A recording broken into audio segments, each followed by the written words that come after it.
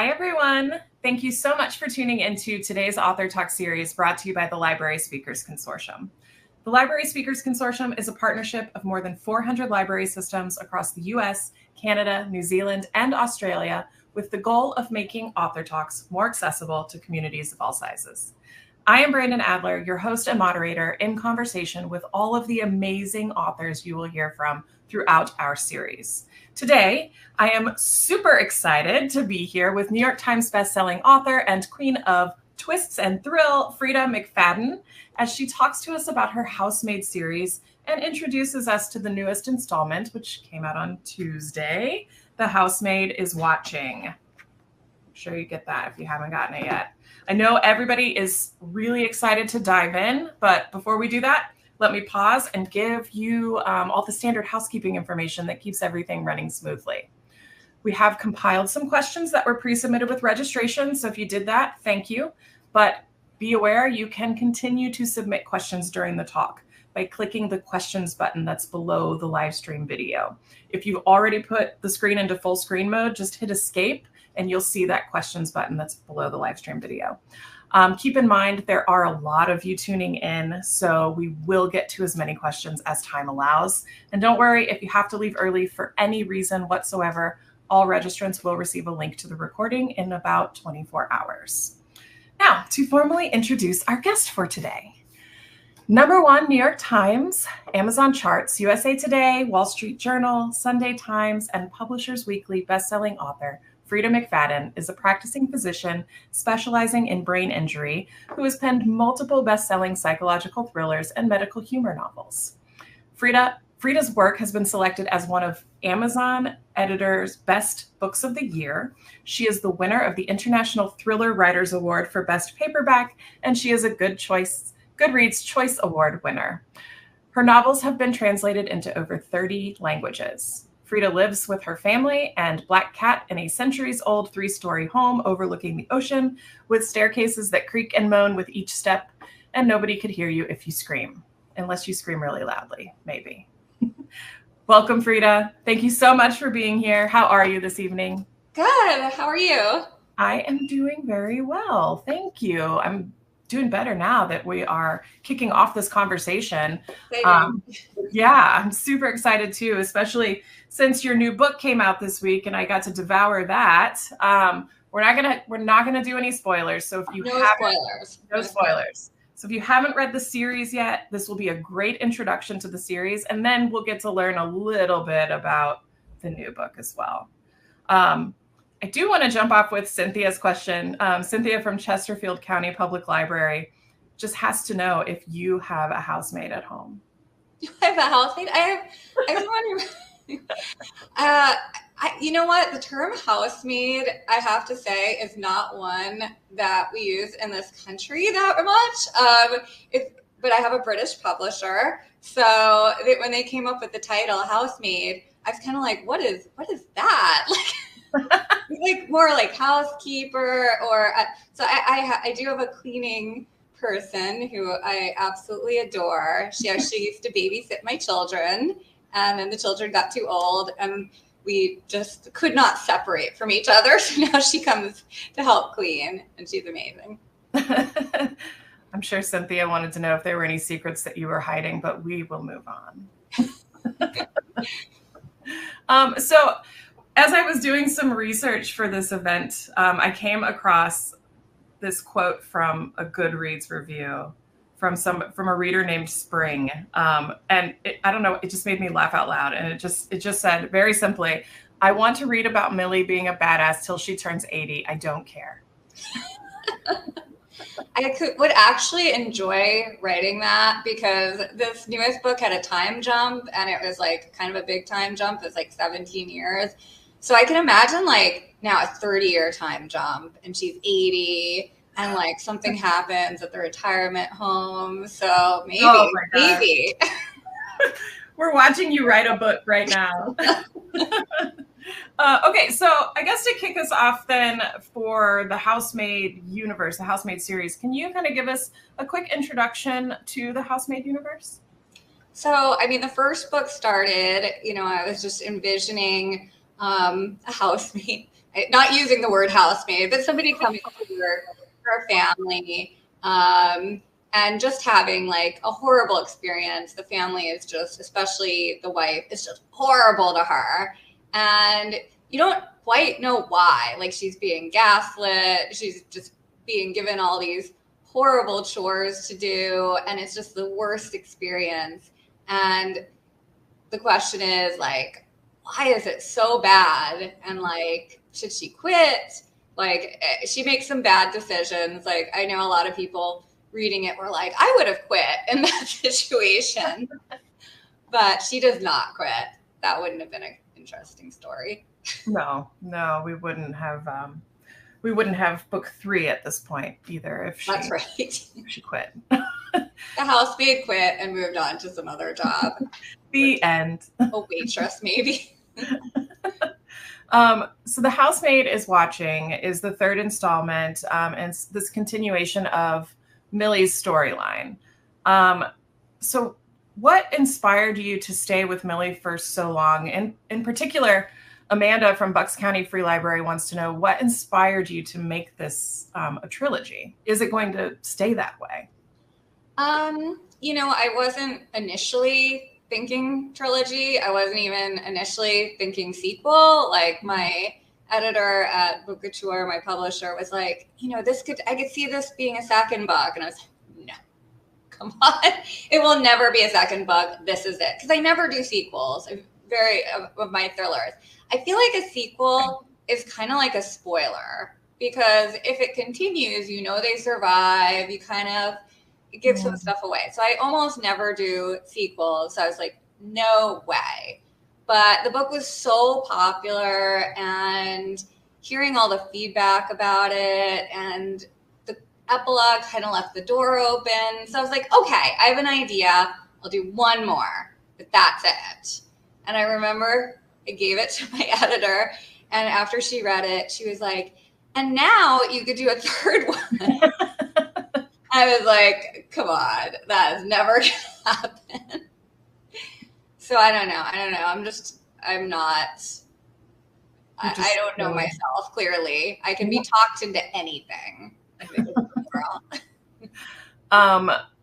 Well, I think that you just wrote book 4 in the nursing home. So yes. So now I have to write that. I kind of like the idea of it. I haven't had any elderly as I get older. Feels closer to home. Maybe from now on, Millie should just age with you. So like a new, exactly. Every 5 years. Yeah, like another 20 years, maybe I'll be ready. So how did the character of Millie come about? Shakia from Roxbury Library and Marcia want to know, how did you come up with her? Was Millie something that you were playing with this whole time, or how did that happen? I think all my characters are just like slightly based on me. Okay. Like, just, I think, my first book, The Devil Wears Scrubs, is about, that one was really based on me. It was about my intern year and about like kind of being tormented by my senior resident, who is like, Nina-esque. And, I love kind of writing that. Like, I've been in the situation of being tormented by somebody in charge of me. And I love kind of writing that situation where like somebody's just so awful to you, and you're like, you don't even know why. There's nothing you can do, because they're the boss of you. What can you do? Yeah. So like, she in this book, she didn't have a lot of options, so she had to stay with the job. She was living in her car at the beginning of the book, so this is like the only job she could get, and. So that was why she stayed in this terrible job. And, reason I stayed in my terrible job was, when you're a resident, you can't quit. You're stuck. So you had to get through it. Gotta stick it out. So I certainly, I feel that, I've been there. Yeah. So with I keep saying so, sorry. I realize that's my transition statement. With this book, it just came out this week. I know, like I said, and we know that many viewers haven't had a chance to completely read it yet. So what can readers look forward to with this installment? It's just sort of turning, I didn't want to write the same book a third time. I wanted to be different. And that's why I did the time jump. And I wanted it to and I listened to what readers loved about the first two books. And I kind of wanted to just give them that and put a bow on it. I saw one, I don't know if it was a TikTok or a review, or somebody said, like, Freida clearly wrote this for her readers, like, kind of as a reward. So I think, the people who are huge fans, like, will really get what I was trying to do with it. And, hopefully it's a good story to anyone. But, I was really just trying to give people who love the series, like, a happy ending to everything. Mm-hmm. I love happy endings. That's not a spoiler. Like, you always get a happy ending with me. So have you always enjoyed writing thrillers? Barbara says, I once read in another interview that you didn't start in the thriller genre. So can you talk about your journey a bit? Yeah, I mean, I have and I haven't, because, like, I've been writing since I was 9 years old. So, and I was writing, like, thrillers intermittently since then, because I've always loved to read them. Like, I was like 10 or 11 when I started reading Mary Higgins Clark, and I would read Robin Cook. Those were my favorites. And, that would make me want to write them. Of course, they were terrible because I was like 12. But so I'd write them intermittently. But when I started publishing, it just seemed scary to write a thriller. It seemed, you really got to have a solid plot, and it's really got to come together.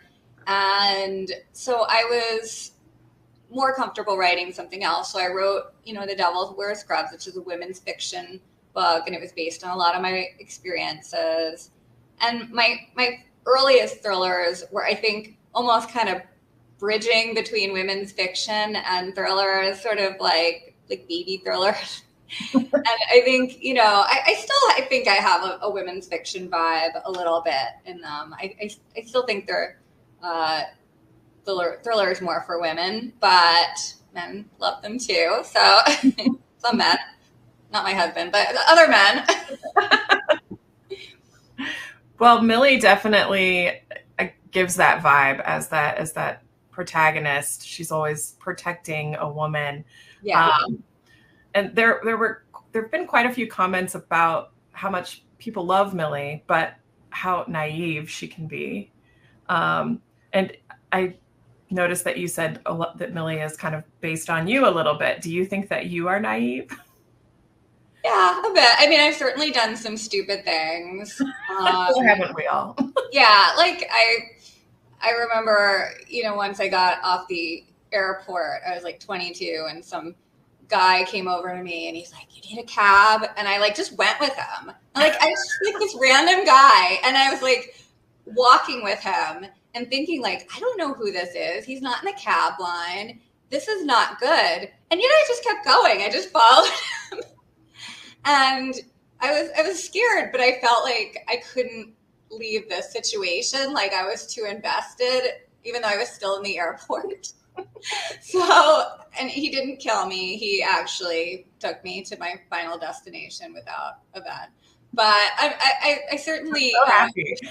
I see how people can make stupid decisions. And, I think in these books, the characters kind of have to make stupid decisions.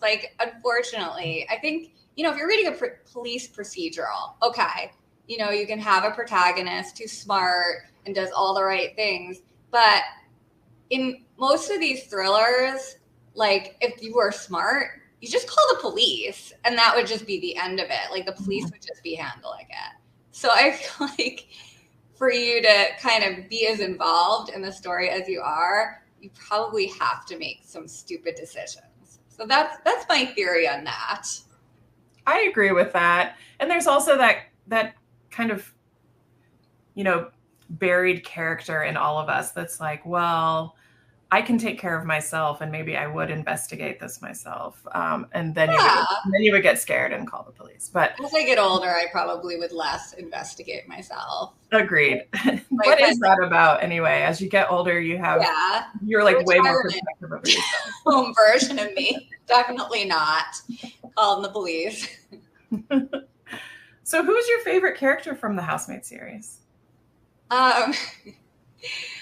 I think I love Cecilia because I kind of based her on my younger daughter, and my daughter actually read The Housemaid recently, and she's so amused by how much of herself is in the character. Like she's like, I did this and I did that. It's like, and there are a couple of books where I base the character on her, and she gets such a kick out of it. Like seeing things that she said to me, like the school lunch was like 5 ravioli and that's the entire lunch. And she's like, this happened to me, Mom. I'm like, yeah, and it made it into the book. That was in another book, but. So Kelsey is asking, Kelsey from Roxbury Library, you have a theme of a stated sandwich in most of in most books. What's your family sandwich? It was bologna, like in Never Lie. Is it plain turkey, like in Do Not Disturb? I love your work. I've read them all, and you're amazing. Well, if you really want to know, like my personal favorite sandwich, like we all have different sandwiches. So my husband will only eat turkey. My younger daughter will only eat ham on a tortilla with shredded cheese on it. And then after it's been microwaved for 30 seconds, she puts mayo on it. So that's her favorite. It's disgusting. And I love a portobello mushroom sandwich. Very good at making it. When I bring it to work, everybody's jealous. So my teenager just like grabs something from Whole Foods. You can't. Nothing I make is good enough. Christy from Salinas Public Library says, do you think that psychological thrillers are cautionary, or can they produce unnecessary anxiety? I mean, they don't make me anxious. I think because I was saying this to someone once. I've never read a psychological thriller and thought to myself, this could really happen. Like they just seem so like they're not realistic, really. I mean, parts of them, maybe, but I recently started listening to true crime podcasts, and I could read any thriller, but these true crime podcasts, I just had to stop. I was like really upsetting me. So that was like, I think I got like 50% of the way into one of them, and I was like, nope, sorry.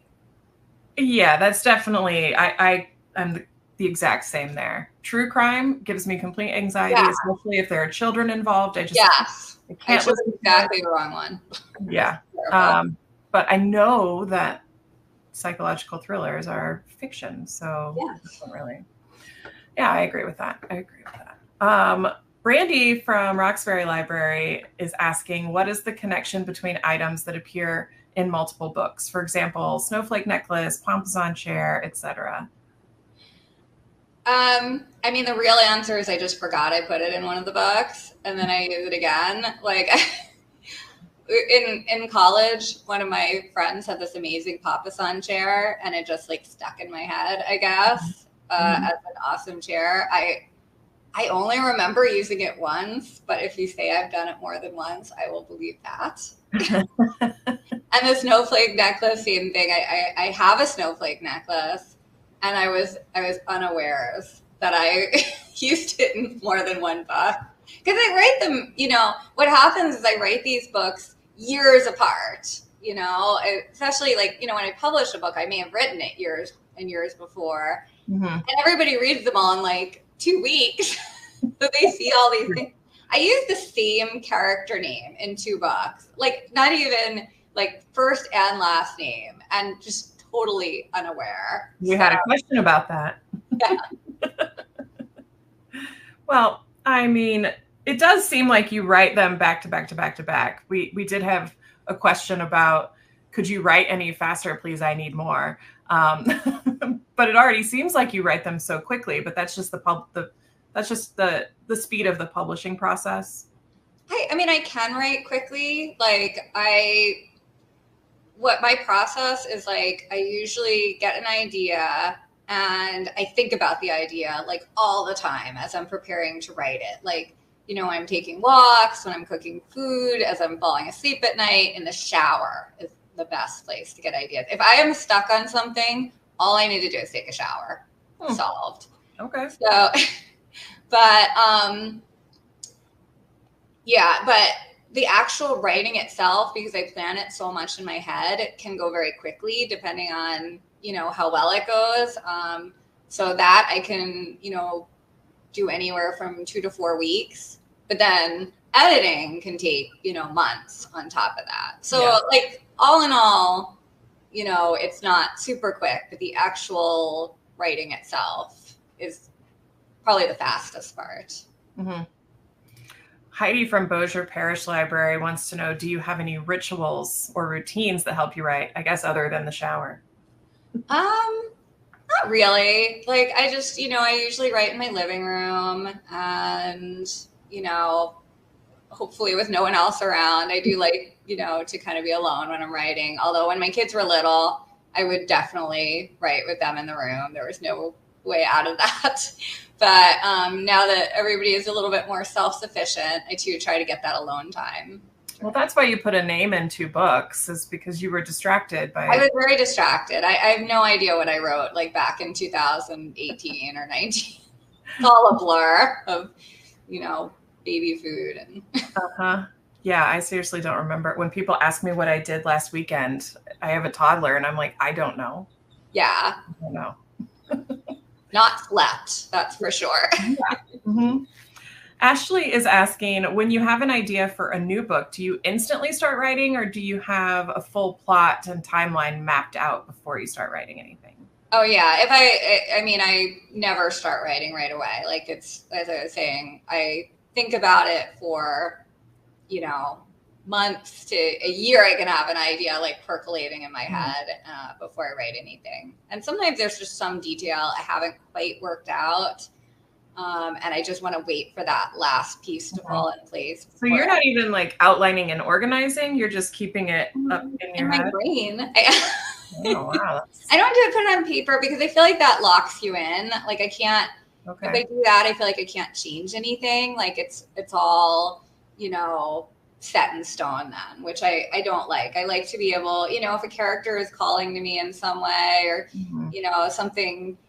And sometimes I don't quite have the ending right. And as I'm writing, it will all come clear to me as I get to know the characters better. Mm-hmm.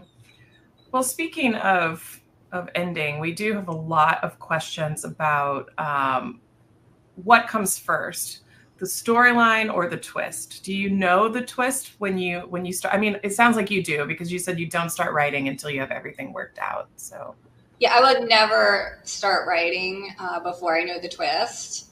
And there have been a few times when I started writing and I realized the twist was not coming together as I wanted it to. Okay. And that was trouble. Like I had to kind of stop and rethink and sometimes just put the story down because I could tell it wasn't coming together.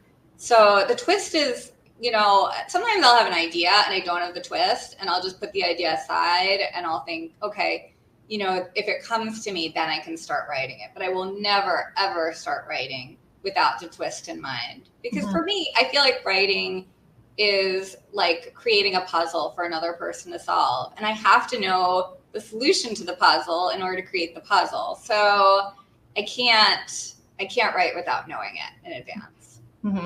That makes sense. Erica from Central Arkansas Library System is asking, how do you balance leaving breadcrumbs for readers versus red herrings versus giving away the end too early? It's hard. You know, I really have to like think about how I want to portion things out. Like I definitely always have a couple of alternate conclusions that I want the reader to come to. And I try to like, you know, misdirect people. Somebody once said in a review that I was really good at misdirection. I took that as a major compliment. And I love doing it. I love writing like little tidbits that I think will take readers in a different direction and make them think they figured it out, that they've outsmarted me and they know what it is. And it's really fun for me to think like, oh, I'm gonna trick them, you know? So it's like a game that I'm playing where I'm trying to trying to trick the reader with some success, some less success. So I try my best. Oh, well, I think that you've tricked us all enough to hook us. I mean, we can't get enough. So I hope. Holly is asking about research, and I have some interesting questions about research in general. Some people asking, do you use your own medical experience as research? And Holly wants to know, how do you research topics such as violence and death and dying and killing techniques? They seem so accurate in your books. Oh, my light went off. Sorry. Yeah. So, definitely medical stuff is very comfortable for me.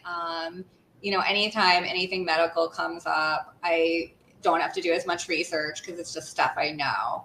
And, it actually makes me realize like that no amount of research can kind of compensate for like real life experience. Like I recently read a book where the person did an amazing job researching medical stuff.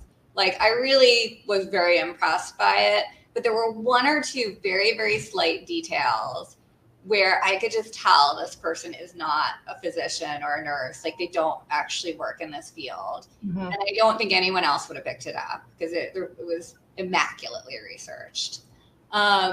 So, I now like, because, I am trying to stretch out of my comfort zone. I do try to like talk to actual people, not just Google, although I do a lot of Googling. My history would get me in so much trouble. So, I'll talk to, I have an online person who's a police officer, and he's like, ask me any questions you want. So I was recently picking his brain about an upcoming book, and he, gave me a ton of options. I also, my agent helped me find this lawyer who I asked a bunch of questions to about some legal matters to make sure that was accurate. Mm-hmm. When I wrote The Inmate, I do have some experience caring for prisoners, but because I worked at a county hospital and we did have a lot of prisoners there, but I wasn't within the prison. So I talked to somebody who was a PA who worked at a prison and just about that experience. So I try to make it at least factually accurate. Like I know that there are times when I have to take a little poetic license just to make the story work.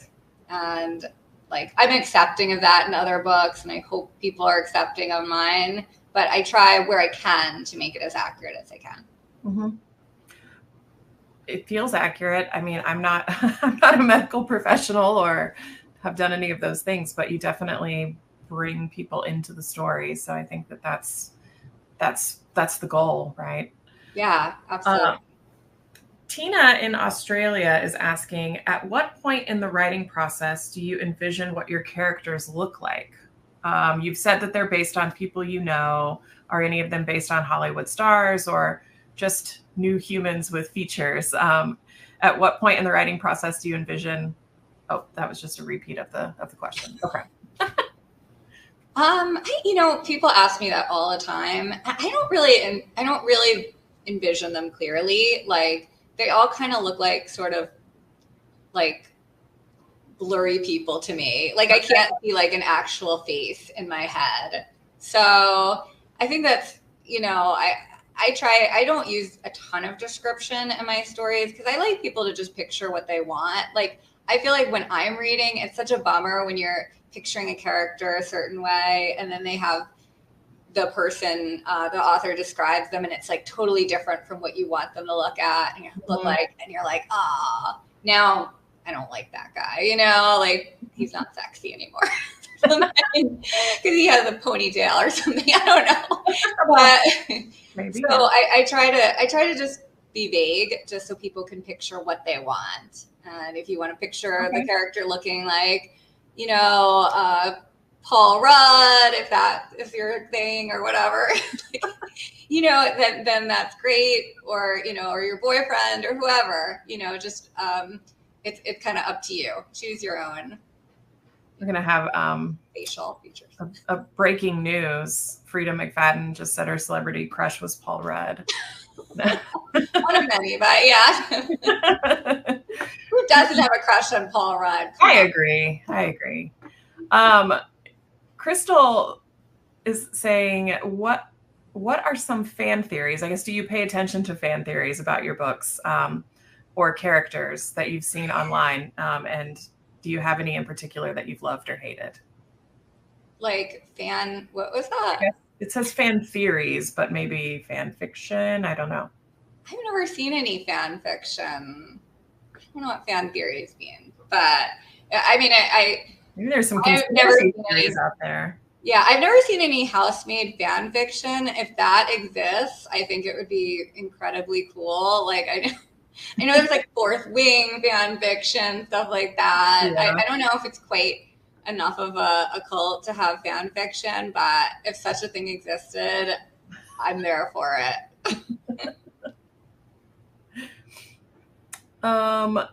So Anna from Evergreen Valley College Library is asking, what's the most challenging part of a story to write?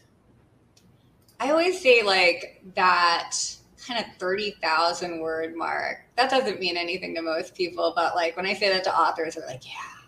It's like halfway, right? Yeah, like you're kind of at that kind of mid halfway. And like my favorite part is like when I can see the end in sight. And I'm like, and I can actually plan out like, okay, these 8 scenes need to happen and then it will be finished.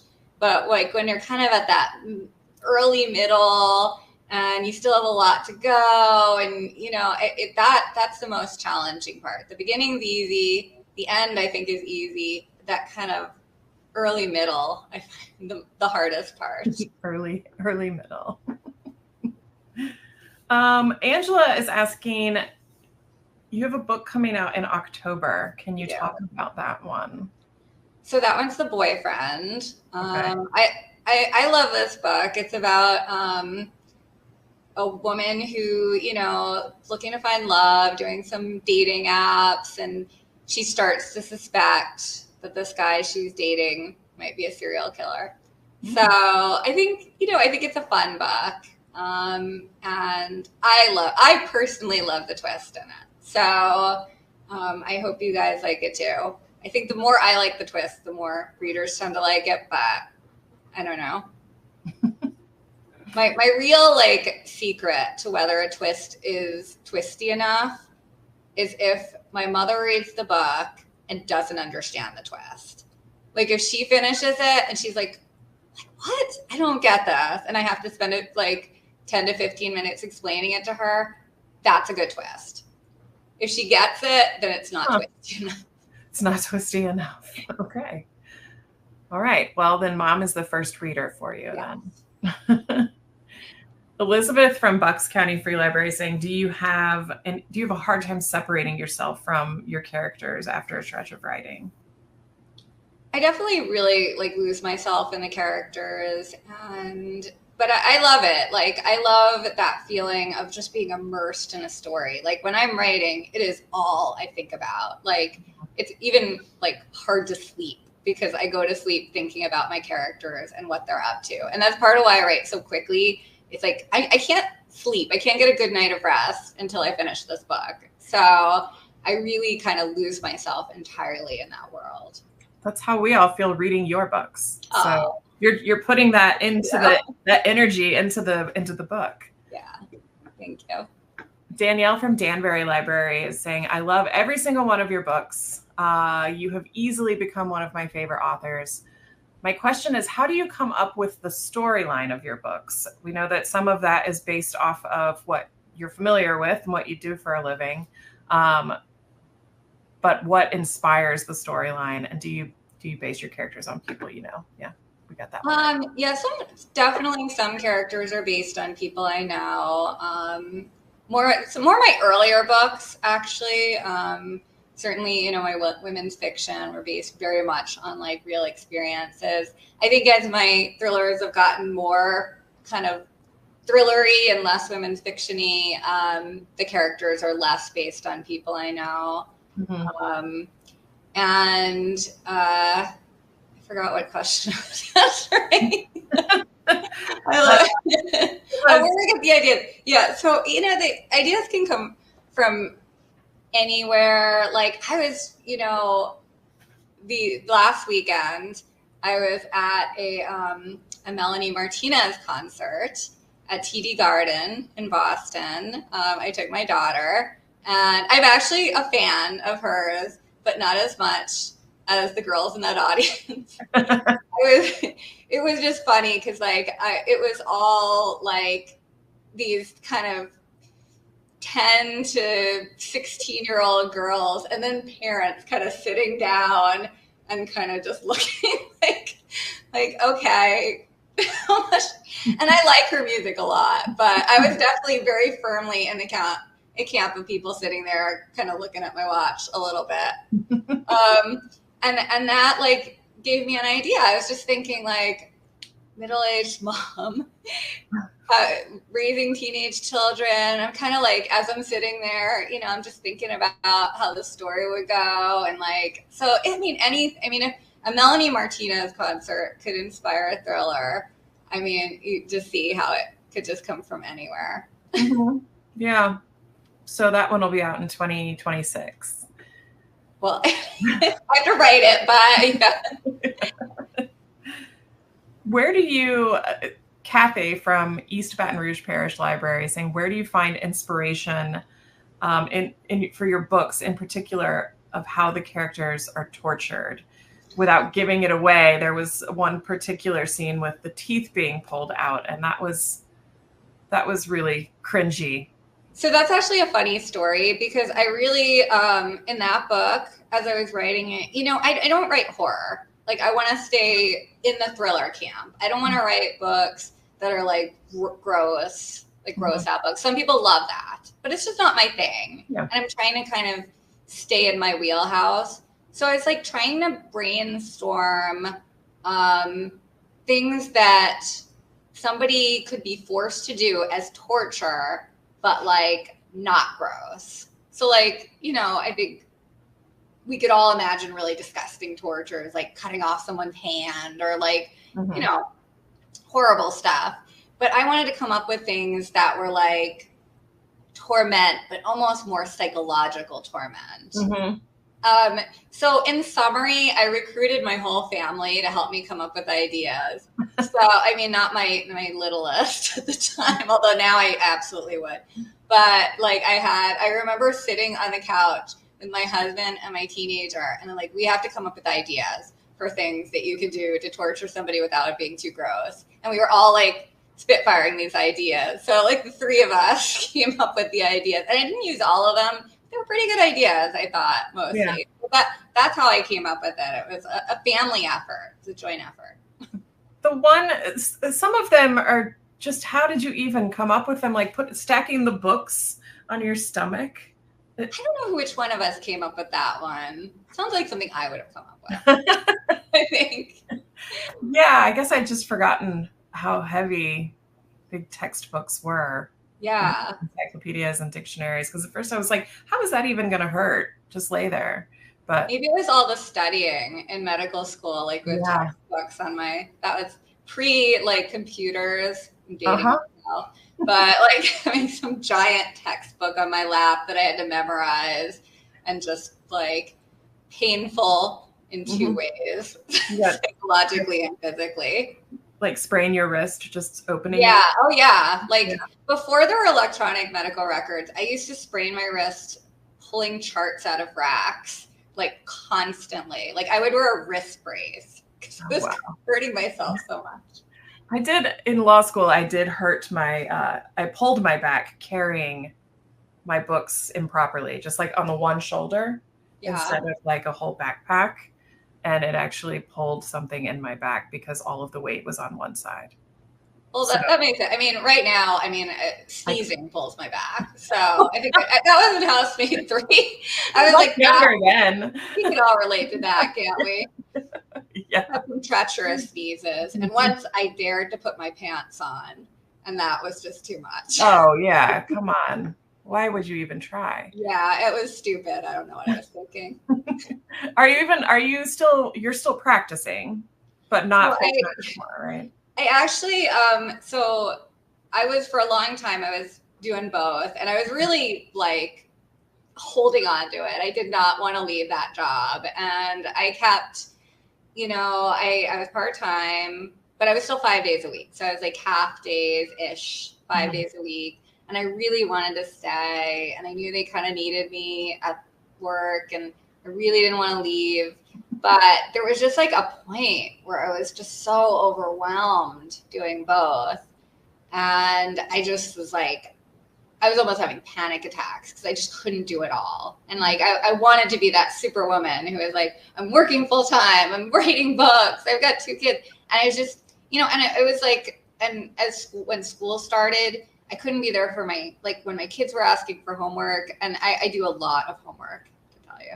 I do many hours a day, some nights. So I just wanted to be there for my kids. And I love the writing. I could never give that up. So I just had to make a hard decision. So I told my boss, I said, I'll stay till the end of 2023. I told him, I think during the summer. And I said, I'll give you to the end of the year so you can find somebody else. But I can't be here anymore, as a regular person. But I do still come 1 day a week to help out and do some vacation coverage. So I'm still very much practicing, but I'm not, it's more a side gig than, it used to be doctor was the job and writing was the side gig, and now they've kind of swapped places. Mm-hmm.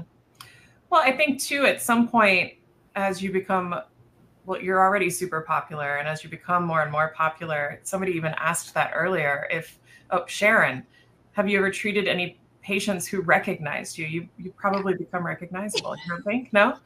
That, first of all, so I was just talking to someone about this. I was, I recently told 2 friends, I have this little book club. So I told 2 of the women at the book club, I am actually a New York Times bestselling author. And they were like, oh, and I didn't want to tell them who I was. They certainly didn't know offhand. So they're looking at the New York Times bestseller list and they're like, are you Colleen Hoover? Are you Alex McCaledes? I was like, no, I'm not any of these people. Are you Lucy Score? No. I mean, they were going through the list, and they finally, I think the last part, they were like, oh, Freida McFadden? Yes, I'm Freida McFadden. They were like, I've never heard of you, but they thought it was cool. They had a lot of questions. I was happy I told them. But I was recently at one of their houses, actually bringing one of my books because she wanted to read it. So I brought her the teacher, and she had a friend over, and she says to her friend, oh, she's an author and she wrote this book, and she gives it to the friend. The friend has no idea who I am. She's kind of looking at the book oh, you wrote this? I have never heard of it. So not household name quite. I think, my dream at work was always to walk into a patient's room and to see one of my books on one of their, they have these little trays, to see one of my books on a tray. That's never happened. And sometimes I'll take a peek at their Kindle. No. So I wouldn't say anyone's come close. Okay. Yeah. I mean, being in the book world, that's super surprising to me because you are a big name. You've been on the New York Times bestseller list forever. I really think that people don't know the authors who are not in genres that they read. Yeah, that's true. And I'd be surprised. I also have a real life writing group. And these are they're all women and they're all very well read. And at one point I was brought up Colleen Hoover, like phenomenally successful author. And like, I think almost nobody knew who she was in the group. And this is like, you know, Yeah. very, very famous person. Yeah. Yeah. So, I find saying to some people like, well, you would know them if you saw the book cover. yeah. Yeah. I mean, maybe, but I just think authors, it's not like, you know, Paul Rudd, you know, Right. Back to Paul Rudd. You know, authors are a little bit more, you know, and even your favorite authors, like I would have trouble, like I could be working with, say, J.K. Rowling, and I wouldn't know. Like she could be like somebody who works on my floor. I could, well, the accent might give it away, but like it would be, I think I would have trouble recognizing her. Yeah. Or James Patterson, like all of the, you know, household names even, I would never, ever recognize them if I were like a foot away from them. If I'm being honest, I probably wouldn't even assume that it was Paul Rudd if you were sitting right next to me. Right. Like, I would just think he looked like somebody that, yeah, exactly. Amanda wants to comment, Freida, you have a whole group of folks who call themselves Freida Ritas. That's true. I actually even put it on a shirt. Oh, that's awesome. I don't know if Amanda knew that. Because I'm from Boston, and that's how you say it, Freida Rita. Freida Rita. That's cute. Chris is saying, because psychology is so subjective and unique to the individual, how do you create something that relates to or speaks to the widest possible audience? You know, I just try to write things that I feel like I am a very generic audience. Like I don't like things that are esoteric. I like if a book gets if I'm trying to decide what to read for myself, I look at the Amazon rating and I look at the Goodreads rating, and if it got a high rating, I like it, and if it got a low rating, I usually don't like it. So I am, I think, a great representation of like the average person. So I write things that like I think would appeal to me, and you know, I hope that other people like it. You know, I feel lucky that, you know, my taste seems to match up and it somehow seems to work. But, you know, I'm just trying to like write things that I would find interesting. That sounds like a great path, because then ultimately, I think it would be better if you're trying to write things that you're not interested in. You're not going to put as much time and energy in. Right. I mean, I'm just having fun here. Like this started as a hobby for me, and I still like, I am determined to have fun. Like if I'm not having fun, then I'll just, you know, what's the point? So I think if I'm having fun, that translates to the book. I think the more fun I'm having when I'm writing a book, the more fun the reader's having when they're reading it. I agree with that. That's amazing. Sherry is asking, how has your writing evolved, especially after the success of the Housemaid series?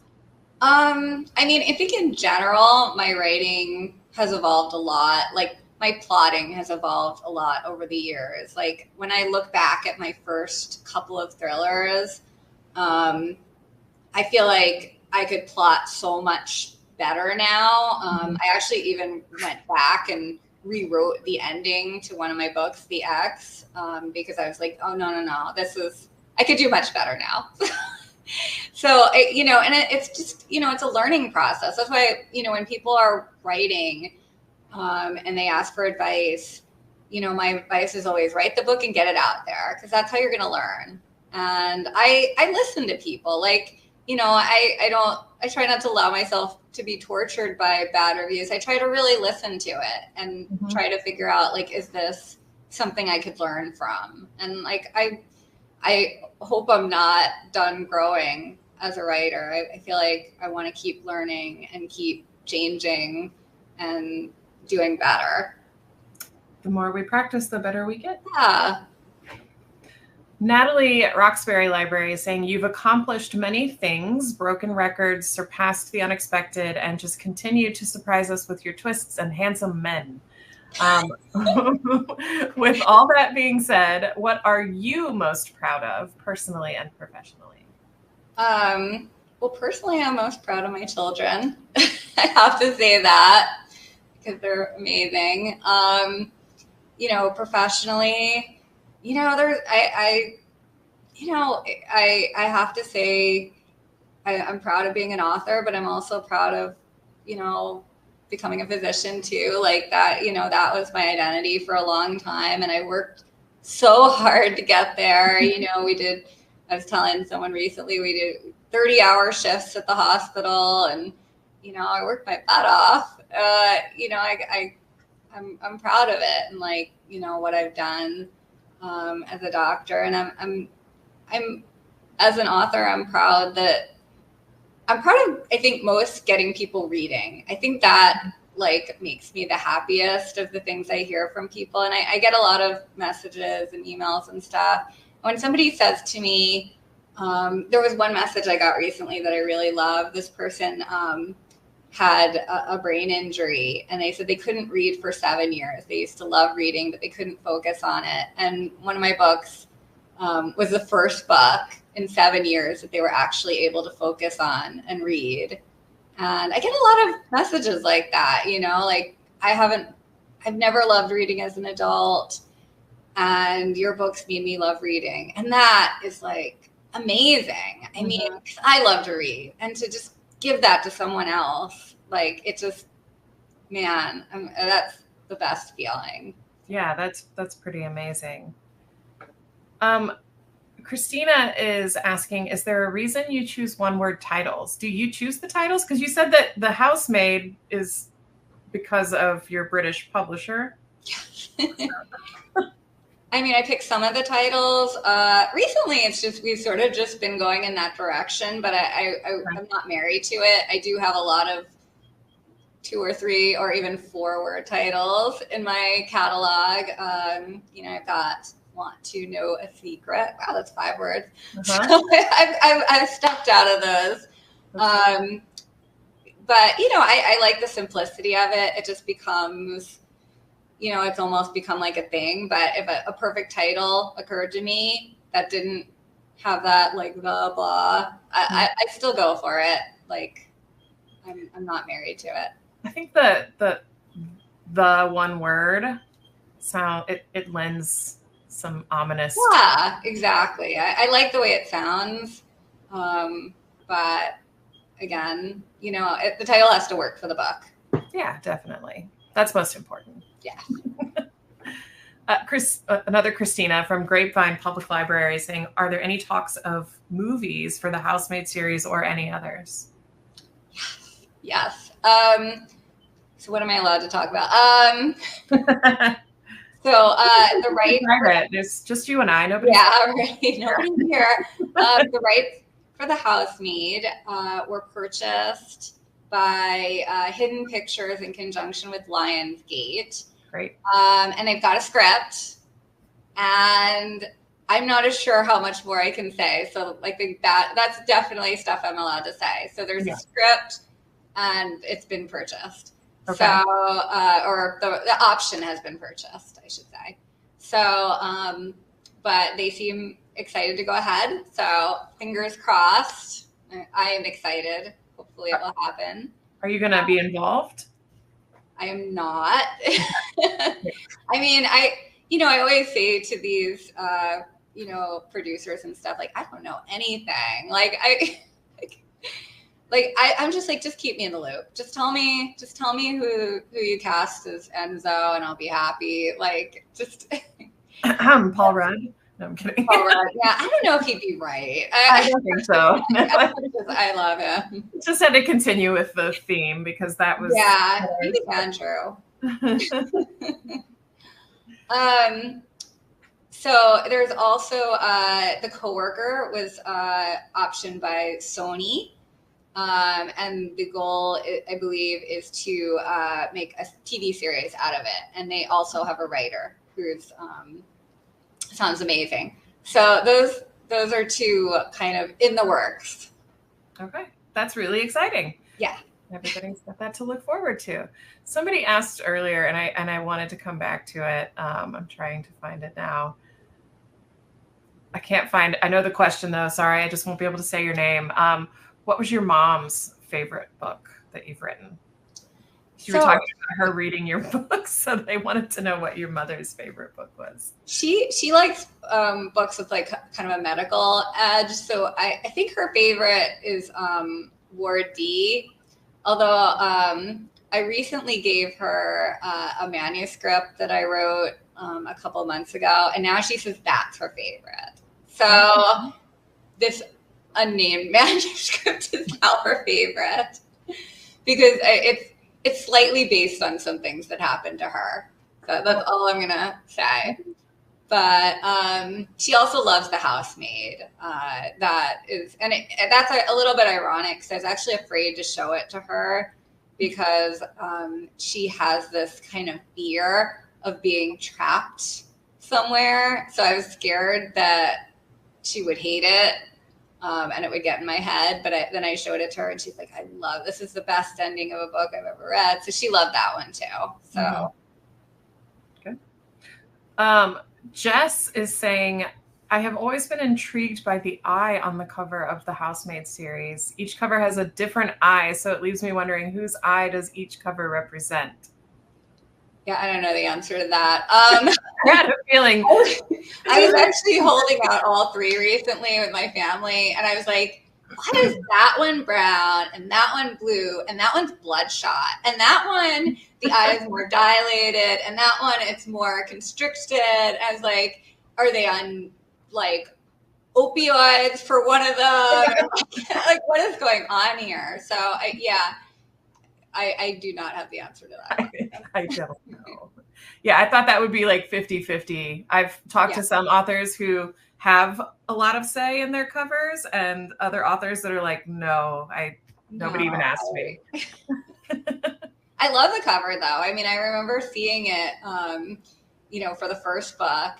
I saw that cover and I was like, damn, that was a nice cover. So kudos to whoever designed that cover. Yeah, they're good covers. I like them. Laura is asking, if you met someone that has never read one of your books, which one would you recommend that they read first? I think the two that, The Housemaid probably has obviously been the most popular, and Never Lie is one that people seem to really love a lot. Although this friend of mine I was telling you about, who I told about my books, I gave her The Teacher. Mm-hmm. So, those are, I think, some of the newer ones that are popular. The Housemaid, I think, I got to recommend that just because it's been my most popular by far. Mm-hmm. The Teacher was just on the New York Times bestseller list. Yeah, it was actually on for 3 months. It hit #1 at one point, which I was kind of surprised by, but nice surprise. Which book, Greg is asking, which book are you the proudest of? Taking out of like, which one would you recommend somebody read? Are you most proud of? No, I think they're all kind of your favorite, right, as you're writing them. It's hard, I really love Never Lie. It definitely came together the way I wanted it to. And I also love The Inmate is another personal favorite of mine. It was another one where I just, like, as I was writing it, I was just so immersed in the characters even more than usual. And, like, I was so excited to write it. It came out exactly as I wanted. And it's definitely up there in my favorites. Mm-hmm. Good. Jennifer is asking, do you continue to read for pleasure while you're writing, or do you pause until you've finished your book? I usually don't read a lot while I'm actively writing, just because I spend so much time writing. It doesn't leave much time for anything else practically when I'm in that, like, writing period. So, I usually do hit pause on it just for lack of time. And so that segues to, this is the perfect segue to our last question. The time went so fast. Good. I love to ask, people always want to know, what books are you currently reading if you're not in a super writing zone, or if you aren't reading anything right now, what do you recommend that everybody runs out to the library and checks out immediately? So right now I'm reading The Seaside Sisters by Pamela Kelly. It's not a thriller, but it's an awesome book. I'm really enjoying it a lot. So I definitely recommend everyone check that one out. Okay. It's a lot of fun. And if we're talking thrillers, I think my recent favorite that I read was Listen for the Lie by, I think, Amy Tintura. It was something I read like during, I had some stress in my life at the time, and I was able to just focus on that book, and it was something I really look forward to. Such a good book. So those are two, a non-thriller and a thriller. Okay. Well, those both sound great. We'll have to check them out. Thank you so much for joining us today. That was so much fun. Like I said, the hour flew by for me. Thank you. Thank you for sharing your work with us too. Thank you so much for having me. It's a lot of fun. Of course. I also want to extend a huge thank you to all of our viewers for tuning into our author talk today. Without your support, none of this would be possible, and we thank you for choosing to spend your time with us. As a reminder, if you scroll down below the live stream video, you can see that resources area, which contains a link to Freida's new book, The Housemaid Is Watching. We look forward to seeing you all again on June 20th when we talk to best-selling author Tiffany Jewell about her newest book, Everything I Learned About Racism I Learned in School. I am Brandon Adler, and thank you for joining us.